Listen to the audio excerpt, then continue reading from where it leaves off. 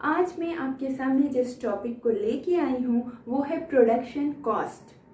और ये अगर आप एक उत्पादक की नज़र से समझेंगे, इसे एक साहसी की नज़र से इसे जानेंगे, एक इंटरप्रेन्योर की नज़र से अगर इसे जानेंगे बच्चों, तो ये सबसे महत्वपूर्ण पहलू है उत्पादन का।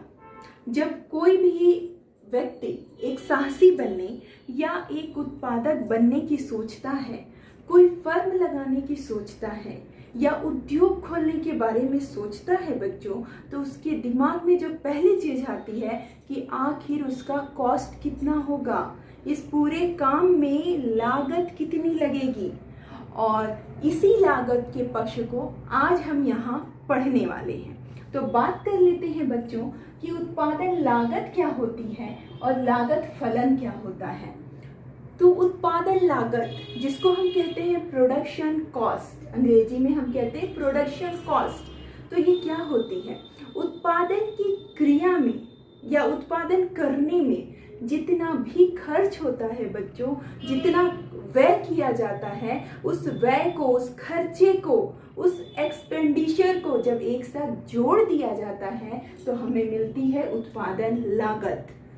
सभी खर्च को जोड़ दिया जाता है, उत्पादन के सभी खर्चों को जब जोड़ दिया जाता है तो हमें उत्पादन लागत मिलती है। अब बात कर लेते हैं क्या होता है कॉस्ट फंक्शन, लागत फलन क्या होता है।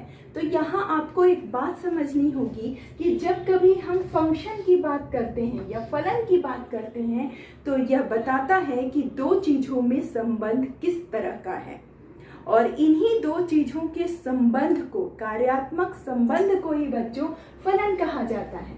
तो यहाँ हम बात कर रहे हैं लागत फलन की। तो जब लागत फलन की बात होगी तो हम किन दो चीजों में संबंध को देखेंगे? तो हम संबंध देखेंगे बच्चों आउटपुट, या जिसे हम कहते हैं उत्पादन की मात्रा। ठीक, जितनी चीजें हमने बनाई हैं, उत्पादित की है, उसकी मात्रा। ठीक, वो फलन होती है सी के। सी का अर्थ क्या है बच्चों? लागत। मतलब जो चीजें आप बनाते हैं, उत्पादन की जो मात्रा होती है और उसमें लगने वाला जो खर्च होता है, जिसे हम लागत कहते हैं, ये दोनों एक दूसरे से संबंधित होते हैं। अगर आप ज्यादा चीजें बनाना चाहेंगे, उत्पादन की मात्रा को बढ़ाना चाहेंगे, तो आपकी लागत भी बढ़ेगी। और अगर आप लागत को कम करना चाहते हैं तो आपको उत्पादन की मात्रा को कम करना होगा। तो इसीलिए ये कहा जाता है कि सी फलन होता है ओ के, मतलब लागत फलन है उत्पादन की मात्रा का, कि आपकी लागत उतनी ही लगेगी जितना कि आप उत्पादन करेंगे। ज्यादा करेंगे तो ज्यादा, कम करेंगे तो कम। तो इस तरह बच्चों आप इस लागत फलन की अवधारणा को लिख सकते हैं, समझ सकते हैं। अब आइए देखते हैं कि लागतें कितनी तरह की होती हैं। बेसिकली या आधारभूत रूप से मैं कहूँ तो लागतें तीन तरह की होती हैं बच्चों, और इसे हम यहाँ पर समझेंगे। पहली होती है मौद्रिक, मनी कॉस्ट। ये मौद्रिक लागत क्या है? जैसा कि नाम से स्पष्ट है कि आप उत्पादन के काम में जो दूसरों को मौद्रिक भुगतान करते हैं, मनी के रूप में, कैश के रूप में आप जो भी पैसे दूसरों को देते हैं, चाहे कच्चा माल खरीदने के लिए, चाहे किसी गाड़ी के किराए के रूप में, चाहे आपने जो जमीन किराए पे ली है उसके रूप में, आप जो पैसे देते हैं वो इसके अंतर्गत शामिल की जाती है, जिसे हम कहते हैं मौद्रिक लागत। मुद्रा में भुगतान हो, मनी में आप किसी चीज के लिए पे करें तो वो होगी मौद्रिक लागत। अब ये बच्चों वास्तविक लागत क्या होती है? वास्तविक लागत का अर्थ होता है बच्चों सामाजिक लागत। जब भी आप कुछ भी उत्पादन का काम करते हैं, किसी भी तरह की का प्रोडक्शन करते हैं, उत्पादन करते हैं, तो सिर्फ आप ही खर्च नहीं करते, बल्कि समाज भी उसके लिए कष्ट उठाता है, उसके लिए जोखिम उठाता है। तो उसे हम वास्तविक लागत के रूप में लिखते हैं और इसे सामाजिक लागत भी कहा जाता है। इसे एक उदाहरण से समझिए बच्चों। आपका मन था, आपने एक फैक्ट्री खोली, आपने इसके लिए सरकार से अनुमति ली। सरकार ने ये सोचकर आपको इस फैक्ट्री को खोलने की अनुमति दे दी कि इससे बहुत से लोगों को आप रोजगार देंगे, बहुत से लोगों की आय बढ़ेगी। यहाँ तक सब ठीक है, लेकिन जब वो फैक्ट्री लगेगी तो क्या किसी तरह का प्रदूषण नहीं होगा?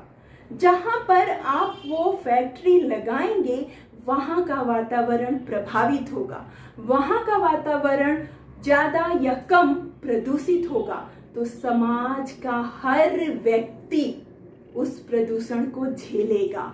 उस जगह पे रहने वाला हर व्यक्ति उस कष्ट को उठाएगा, उस प्रदूषित वातावरण में रहने के कष्ट को उठाएगा। तो इसी कष्ट को हम सामाजिक लागत के रूप में गिनते हैं कि समाज का प्रत्येक व्यक्ति जो किसी फर्म या किसी भी उत्पादन के काम के लिए किसी न किसी तरह का कष्ट उठाता है तो उसे सामाजिक लागत कहा जाता है। तो इसीलिए बच्चों, वास्तविक लागत सामाजिक लागत होती है, क्योंकि फर्म आप खोलें, रोजगार आप दें, लाभ भी आप रखें, लेकिन आपकी फैक्ट्री के आसपास रहने वाले लोग, उस क्षेत्र में रहने वाले लोग कुछ ना कुछ अस्पष्ट रूप से आपकी फैक्ट्री की वजह से कष्ट उठाते हैं, और इसे ही हम अर्थशास्त्र में वास्तविक लागत कहते हैं। और इसी को देखकर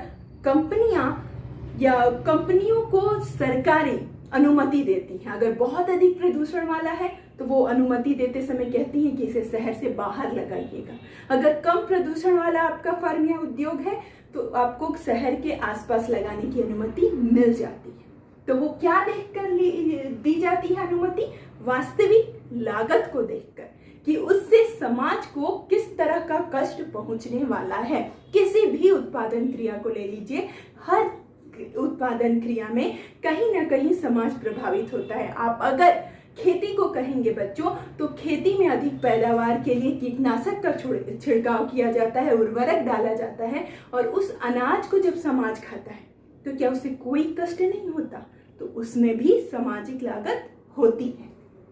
और बच्चों, अब हम बात कर लेते हैं अवसर लागत की, अपॉर्चुनिटी कॉस्ट। और इस पे तो मैंने पहले भी वीडियो डाल के आपको बताया है कि अवसर लागत क्या होती है।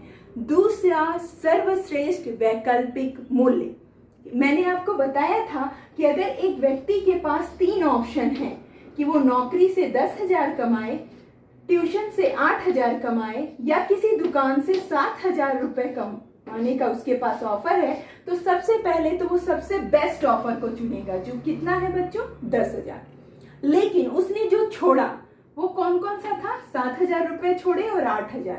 तो आपको कभी भी किसी भी साधन की, किसी भी इनपुट की अपॉर्चुनिटी कॉस्ट को जोड़ के नहीं बताना होता। आप सिर्फ ये देखेंगे कि उसके दोनों विकल्पों में से सबसे अच्छा कौन सा था। तो उसने क्या छोड़ा सबसे अच्छा?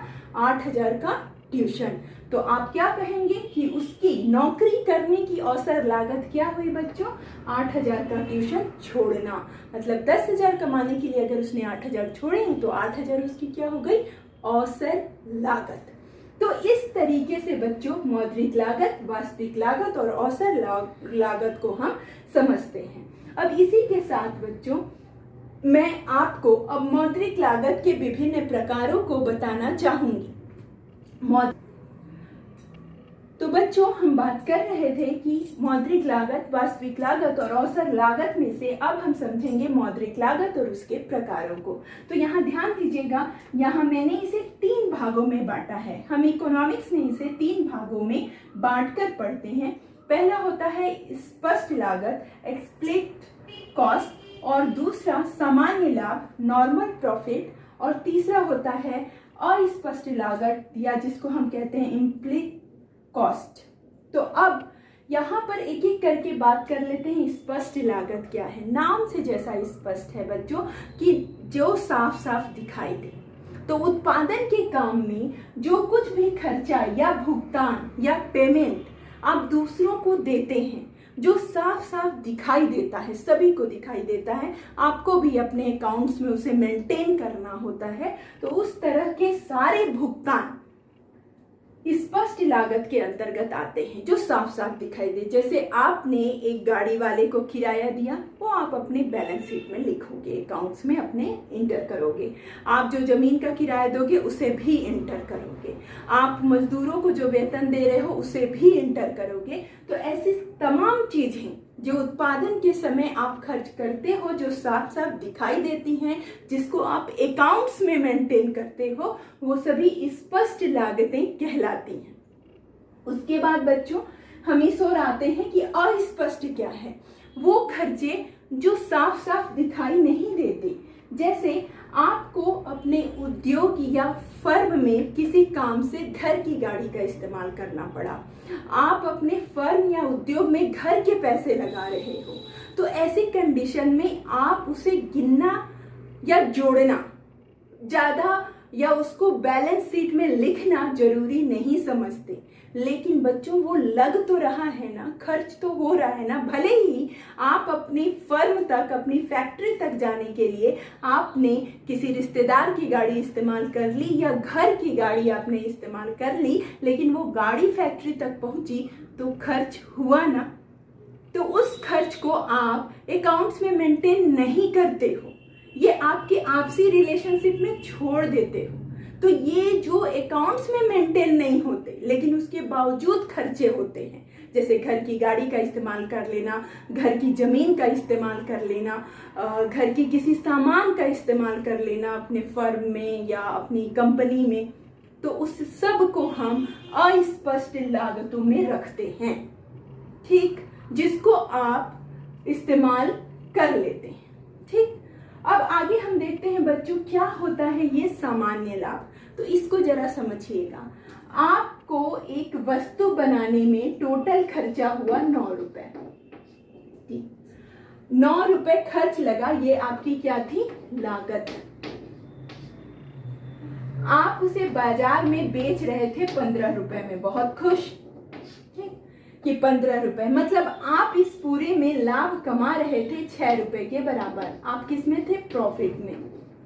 अब अगर मैं आपसे कहूं कि इस वस्तु को 15 में नहीं 8 में दे दो, तो क्या आप देने को तैयार होंगे? सीधा जवाब होगा नहीं। और कारण क्या बताएंगे? नहीं, इससे मेरे को हानि हो जाएगी, इससे कोई लाभ नहीं होगा, 9 रुपए तो इसको बनाने में लगे हैं। तो बस यही याद रखिएगा बच्चों कि जो सामान्य लाभ होता है ना, वो कम से कम इतना होता है जिसके कारण कोई उत्पादक उस फर्म में, उस उद्योग में बना रहे। अगर आपको आपकी वस्तु की कीमत सिर्फ 9 रुपए मिल रही है तो भी आप उत्पादन करते रहेंगे इस उम्मीद में कि एक दिन शायद 10 रुपए, 12, 13 या 15 रुपए मिल जाए। तो आपको उस उद्योग में बनाए रखने के लिए कितना मिलना जरूरी है बच्चों? कि एक वस्तु के उत्पादन में कम से कम आपको 9 रुपए तो मिले ही, और इससे अगर कम मिलेंगे तो आप कहोगे घाटा हो रहा है और शायद आप उत्पादन बंद कर दें। तो सामान्य लाभ वही होता है जो एक उत्पादक को उस फर्म में, उस उद्योग में बनाए रखने के लिए जरूरी होता है कि वह 9 रुपए तक में तो तैयार रहेगा, उससे कम होगा तो शायद अपनी फैक्ट्री बंद कर दे।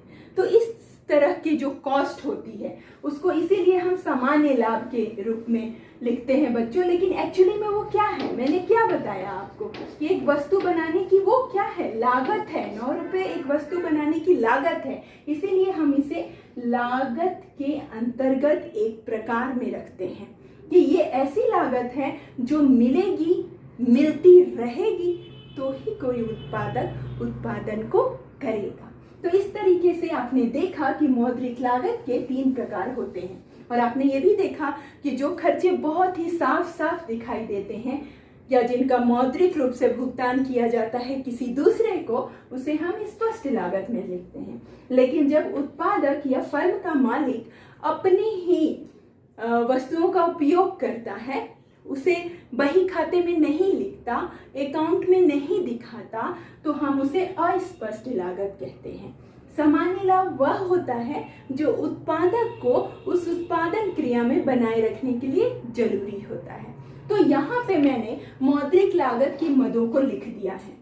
अब हम इसमें से छांट कर ये जानने की कोशिश करेंगे कि कौन कौन सी लागतें स्पष्ट लागतें होंगी जिसका भुगतान हम दूसरे को करेंगे, और कौन कौन सी लागतों में ये गुंजाइश है कि शायद वो घर से लग जाए। तो चलिए एक एक करके बात कर लेते हैं। जैसे पहली है बच्चों मद, या पहला आइटम है इसमें कच्चा माल। तो कच्चा माल घर में मिल जाए ये जरूरी है क्या? नहीं, अक्सर हमें कच्चा माल दूसरे से लेना पड़ेगा। क्यों? क्योंकि वो हमें ज्यादा मात्रा में चाहिए होगा। तो आप इसे कह सकते हैं कि ये किस तरह की लागत हुई? स्पष्ट लागत। ठीक वैसे ही है बच्चों मजदूरी। तो जो मजदूरी आप दूसरे को देंगे, जितने आपने नौकर रखे हैं, जितने लोगों को आपने अपने फर्म में काम पे रखा है, उनको जो भुगतान करेंगे बच्चों, वो भुगतान कैसा होगा? स्पष्ट लागत। लेकिन यहाँ पर आपको समझना होगा कि सिर्फ मजदूर ही तो काम नहीं कर रहे हैं ना फर्म में, आप खुद भी तो काम पे लगे हुए हैं। तो आप अपने खर्च को किस में मेंटेन करेंगे? तो आप अपने खर्च को दिखाएंगे बच्चों अस्पष्ट लागत में। तो ये जो श्रम की मजदूरी है ना, वो स्पष्ट लागत भी हो सकती है और इसमें अस्पष्ट लागत भी हो सकती है। आप समझे ना क्यों? अगर आप भुगतान दूसरे को किए तो आप स्पष्ट लागत के खाते में डाल दो, लेकिन आपने जो मेहनत की उसका फल आपको भी तो लेना है, वो पैसे आपको भी तो लेने हैं। तो आप अपने स्वयं के श्रम को किस में डाल देंगे बच्चों? अस्पष्ट लागत में। उसी तरह बात कर लेते हैं भूमि का किराया, ये बड़े उपकरणों पर व्यय। तो किसी के भी घर में बड़ी बड़ी मशीनें तो नहीं होती, तो बड़ी मशीनें आपको बाहर से खरीदनी पड़ेंगी, दूसरे को पैसा देना पड़ेगा, उसके लिए भुगतान करना होगा। तो ये किस तरह की लागत हुई बच्चों? स्पष्ट लागत। अब बात कर लेते हैं भूमि के किराए की। आप जब जमीन लेते हो तो ये दो पॉसिबिलिटीज है ना, या तो आप जमीन को किराए पे लो, या आपकी खुद की पुश्तैनी जमीन हो जिस पर आप फर्म खोल सकते हो। तो आप यहाँ पर फिर से ऑब्लिक करके लिखोगे कि ये स्पष्ट लागत भी हो सकती है और अस्पष्ट लागत भी। अगर उत्पादक दूसरे से जमीन किराए पे लेता है, दूसरे से जमीन खरीदता है, तो उसे हम बही खाते में लिखेंगे और वो हो जाएगी हमारी स्पष्ट लागत। लेकिन अगर उत्पादक की स्वयं की जमीन है तो वो अपनी जमीन का किराया भी दर्शाएगा लागत में, और वो कौन सी लागत होगी बच्चों? अस्पष्ट लागत, जो कि दिखाई ना दे, इम्प्लिसिट कॉस्ट। अब ठीक बच्चों, यहाँ आगे पे देखिएगा पूंजी पर ब्याज। पूंजी का मतलब क्या है? रुपए पैसे, जिसे हम फर्मों में उद्योग में लगाते हैं, मशीनरी। तो यहाँ पर अगर पूंजी के ब्याज की बात की जा रही हूँ तो जरा इस वीडियो को देखते हुए देखने वाले सारे लोग बताएं कि वो स्पष्ट और अस्पष्ट दोनों हो सकती है या नहीं। डेफिनेटली आपका जवाब होगा हाँ, क्योंकि हर किसी के घर में पैसे होते हैं और कभी कभी व्यक्ति बैंक से उधार न लेकर अपने घर के पैसे लगाकर कोई फर्म खोलता है। तो पूंजी पर ब्याज पे भी आप लिख सकते हैं कि ये स्पष्ट लागत भी हो सकती है और ये अस्पष्ट लागत भी हो सकती है। क्यों? क्योंकि अगर आप बैंक से पैसे लेकर अपनी कंपनी में लगा रहे हैं तो वो स्पष्ट लागत, क्योंकि आपको दिखाना होगा, आप उसका भुगतान करेंगे। लेकिन अगर आप घर से पैसे लगा रहे हैं तो आप उसका बहुत बैलेंस शीट और सब कुछ नहीं बनाएंगे और तत्काल आपको भुगतान नहीं करना होगा। तो वो किसके अंतर्गत आ गई बच्चों? अस्पष्ट लागत। और इसी के साथ मैं आपको क्लियर करते जा रही हूँ कि स्पष्ट लागत और अस्पष्ट लागत में अंतर क्या होता है, दोनों का डिफरेंस क्या है। अब बात कर लेते हैं बच्चों प्रबंध व्यय की। प्रबंध व्यय क्या है? मैनेजमेंट का पर होने वाला खर्चा। अगर आपने एक मैनेजर रखा है और आप उस मैनेजर को हर महीने वेतन देते हैं अपनी फर्म की देख रेख, तो ये आपकी स्पष्ट लागत होगी। लेकिन आपने कोई मैनेजर नहीं रखा, आप खुद ही अपनी कंपनी की देखभाल करते हैं, उसके बही खातों को लिखते हैं, बनाते हैं, तो वो कैसी लागत हो जाएगी बच्चों? अस्पष्ट। तो आपको यहाँ पे भी ध्यान देना होगा कि ये स्पष्ट लागत भी हो सकती है और ये अस्पष्ट लागत भी। अगर उत्पादक स्वयं मैनेजर का काम कर रहा है तो वो अस्पष्ट लागत होगी, लेकिन अगर उत्पादक ने किसी मैनेजर को रखा है, उसको भुगतान कर रहा है, तो वो स्पष्ट लागत होगी। अब आते हैं बच्चों यातायात व्यय। परिवहन का कच्चे माल को लाने के लिए, बने हुए माल को ले जाने के लिए आप दूसरे के अगर वाहनों का उपयोग करेंगे, उनको पैसे देंगे, तो ये स्पष्ट लागत होगी। लेकिन आपके घर में ही बड़े वाहन हैं, तो उनका आप उपयोग करते हैं, तो ये आपकी अस्पष्ट लागत हो सकती है। लेकिन ज़्यादातर ये होता है कि ये स्पष्ट लागत ही होती है। किसी के घर में 10-15 ट्रक, वो बड़े बड़े उद्योगपतियों के पास होता है, सामान्यतः होना संभव नहीं है, तो हम किराया यातायात का दूसरों को देते हैं और स्पष्ट लागत में उसे दर्शाते हैं। अब बात करते हैं बच्चों बीमा की। बीमा पे होने वाला खर्चा, तो बीमा तो हम किसी दूसरे से ही लेंगे, किसी बीमा कंपनी से ही लेंगे और उसके लिए हम भुगतान भी करेंगे। तो बीमा पर होने वाला खर्च किसके अंतर्गत चला गया बच्चों? स्पष्ट लागत के अंतर्गत चला जाएगा। अब अगला है, जैसा कि आप स्क्रीन पे देख सकते हैं, मरम्मत पर व्यय। इसको हम कहते हैं बच्चों मेंटेनेंस का खर्च। जब बड़ी बड़ी मशीनें काम करती हैं तो महीने में उनका मेंटेनेंस लगता है, तो उस मेंटेनेंस, उनकी जो टूट फूट होती है, उस सारे खर्चे को हमें दूसरे को देना ही पड़ता है, हमें वो मेंटेनेंस करवानी ही पड़ती है। तो वो मेंटेनेंस का खर्चा, या जिसे हम मूल्यह्रास डिप्रिसिएशन के नाम से जानते हैं, उस मरम्मत के व्यय को भी हम रखते हैं स्पष्ट लागतों में, क्योंकि वो हमें दूसरे को भुगतान करना होता है। ठीक वैसे ही आता है बच्चों विज्ञापन। तो हम अपनी कंपनी का विज्ञापन करने के लिए किसी एड कंपनी को हायर करेंगे, न्यूज़पेपर में देंगे, तो इसके लिए हमें उन्हें पे करना होगा, उन्हें पैसे देने होंगे। तो विज्ञापन व्यय भी किसके अंतर्गत आएगा बच्चों? स्पष्ट लागतों के अंतर्गत। तो आप जब मौद्रिक लागतों की मदों को लिखें तो उसी में से आप छांट सकते हैं कि कुछ लागतें स्पष्ट होती हैं, कुछ लागतें अस्पष्ट होती हैं।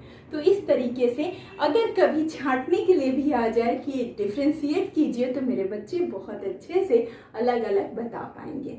बस ये याद रखिएगा कि जब आप भुगतान दूसरे को करें, पेमेंट किसी और को करें, तो वो आपकी हो जाएगी स्पष्ट लागत।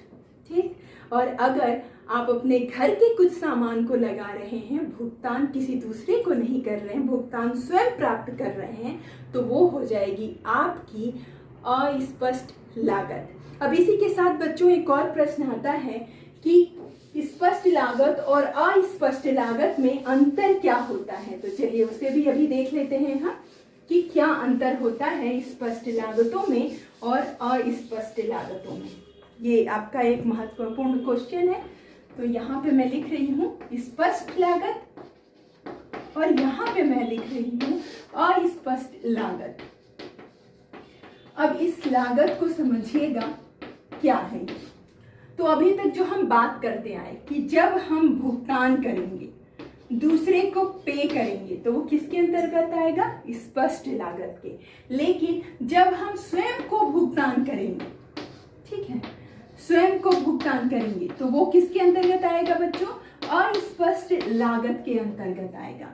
ठीक उसी तरह मैं बार बार कहती रही कि जो भी हम दूसरे को भुगतान करते हैं वो अकाउंट्स में मेंटेन होता है। तो आप स्पष्ट लागत में एक और लिखेंगे कि इसे वही खाते में शामिल किया जाता है, लेकिन अस्पष्ट लागत को वही खाते में शामिल नहीं किया जाता। इसके साथ बच्चों ये पैसे जो भी आप अपने घर से गाड़ी लगा रहे हैं या अपने घर की जमीन है, उसका जो किराया है बच्चों, वो अपने घर में आप रखेंगे। इसलिए आपको क्या होगा, इसको किस कैटेगरी में हम रख सकते हैं? प्राप्ति के, क्योंकि ये हमें मिलेगा। लेकिन जो पैसे हम दूसरे को देंगे उसको हमें देना ही पड़ेगा, भुगतान करना पड़ेगा। इसलिए स्पष्ट लागत को हम भुगतान के पक्ष में लिखते हैं और जो अस्पष्ट लागत होती है उसको प्राप्ति, क्योंकि वो किसी और को नहीं मिलती बल्कि हमें ही मिलती है। इसके अलावा बच्चों अब समय अवधि के आधार पर हम देख लेते हैं, टाइम पीरियड के आधार पर लागतें कितने तरह की होती हैं, कॉस्ट कितने तरह के होते हैं समय काल के आधार पर। तो सबसे पहले हम देख लेते हैं कि अर्थव्यवस्था में समय काल को कितने भागों में बांटा गया है। समय काल के आधार पर लागतें। तो समय को बच्चों दो भागों में बांटा गया है अर्थशास्त्र में, जिसे हम कहते हैं अल्पकाल और दीर्घकाल। अल्पकाल वो समय जिसमें आप ज्यादा चेंजेस नहीं कर सकते, आप पूरे के पूरे प्लांट का आकार नहीं बदल सकते, आप सभी साधनों को नहीं बदल सकते। तो अल्पकाल वो समय होता है जिसमें आप ज्यादा परिवर्तन नहीं कर सकते। लेकिन दीर्घकाल, जिसको हम कहते हैं लॉन्ग पीरियड, वो लॉन्ग पीरियड इतना लॉन्ग होता है कि आप पूरे के पूरे अपने फर्म के आकार को बदल सकते हैं, उसमें इनोवेशन कर सकते हैं, नई तकनीक ला सकते हैं, नए नए सारे साधन ला सकते हैं। तो अल्पकाल शॉर्ट पीरियड, जिसे मैंने एसटी के नाम से बताया, और ये एलटी दीर्घकाल। अब इसमें कैसी होती हैं उत्पादन लागतें, उसको देखिएगा। अल्पकाल में बच्चों दो तरह की उत्पादन लागत होती है, एक फिक्स्ड जिसे हम कहते हैं स्थिर, और दूसरी होती है परिवर्तनशील जिसको हम कहते हैं वेरिएंस। तो ये दो तरह की लागतें होती हैं, एक फिक्स्ड लागत होती है और एक वेरिएंस। और अगर आपसे कोई पूछे कि फिक्स्ड लागत क्या है, फिक्स्ड कॉस्ट क्या है, तो आप सिर्फ ये बताएंगे कि स्थिर साधनों पे जो खर्चा होता है। अब स्थिर साधन कौन कौन से होंगे? अगर आपके पास समय कम है तो क्या आपका फर्म जिस जगह पे है आप उस जगह को बदल पाएंगे? Not possible. उसी तरह अगर आपके पास बड़ी मशीनें हैं और आप बदलना चाहते हैं तो क्या कम समय में उस बड़ी मशीन को बदल पाएंगे? Not possible. तो आप यहाँ पर याद रखिए कि स्थिर साधन वो है जिसे अल्पकाल में बदला नहीं जा सकता। तो वो सभी साधन जैसे भूमि, कई मामलों में मशीनरी, इसके अलावा आप खुद, क्या आप चाहें कि फर्म के मालिक किसी और को बना दे तो शॉर्ट पीरियड में ये पॉसिबल है क्या? नहीं। तो उत्पादक, ये सब जो तीन साधन हुए ना, जिसे हम कहते हैं साहसी, भूमि, और एक जिसे हम कहते हैं पूंजी, उसमें पूंजी में भी क्या? मशीनरी। ठीक, तो पूंजी अगर मशीनरी के रूप में है तो हम उसे शॉर्ट पीरियड में नहीं बदल सकते। तो जो स्थिर साधन रहते हैं जैसे भूमि, पूंजी, साहसी, उन पे जो खर्चा होगा उसे हम फिक्स्ड कॉस्ट कहेंगे, स्थिर लागत कहेंगे। इसके अलावा बच्चों जो परिवर्तनशील है, जिसको घटाया और बढ़ाया जा सकता है, जैसे मजदूरों की संख्या, और अगर पूंजी रुपए पैसे के रूप में है तो उसे भी घटाया और बढ़ाया जा सकता है। तो आप बड़े आराम से यहाँ पे बोलेंगे कि परिवर्तनशील साधनों पे होने वाला खर्च परिवर्तनशील लागत होगा और स्थिर साधनों पे होने वाला खर्च स्थिर लागत होगा। और आप उसका उदाहरण देंगे, जैसे फिक्स्ड है भूमि, तो अगर जमीन पर या मकान का किराया है तो वो फिक्स्ड कॉस्ट के अंतर्गत आएगा। लेकिन अगर मजदूरों के ऊपर को दिया जाने वाला वेतन है, मजदूरी है, तो उसे घटाया बढ़ाया जा सकता है, मजदूर निकाले और लाए जा सकते हैं। तो आप उसे किसके अंतर्गत रखेंगे? वेरिएंस कॉस्ट के अंतर्गत, परिवर्तनशील लागत के अंतर्गत। तो ये तो हुआ बच्चों अल्पकाल का कंडीशन कि अल्पकाल में दो तरह की लागतें होती हैं, एक फिक्स्ड होती है और दूसरी परिवर्तनशील। लेकिन दीर्घकाल में क्या उस समय भी ऐसा कुछ होता है? नहीं। लॉन्ग पीरियड में हम सब कुछ बदल सकते हैं, और जब हम सब कुछ बदल सकते हैं तो वहां सिर्फ और सिर्फ वेरिएंस कॉस्ट ही होती है, जिसे हम परिवर्तनशील लागत कहते हैं।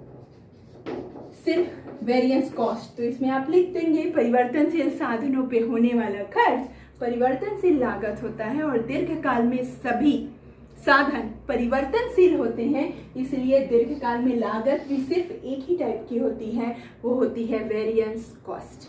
मैं समझती हूँ कि आप लागतों का इंट्रोडक्शन, ये प्रस्तावना था, आप उसे समझ चुके होंगे। मैं जल्द ही वीडियो लेकर कुल लागत वक्र से किस तरीके से हम दूसरा वक्र प्राप्त कर सकते हैं, कुल लागत की गणना कैसे कर सकते हैं, कुल लागत होती कितने तरह की है, इस पर वीडियो लेकर जल्द ही आऊंगी। तब तक पढ़ते रहिए, कुछ अच्छा करते रहिए, और आपकी सफलता ही मेरा उद्देश्य है।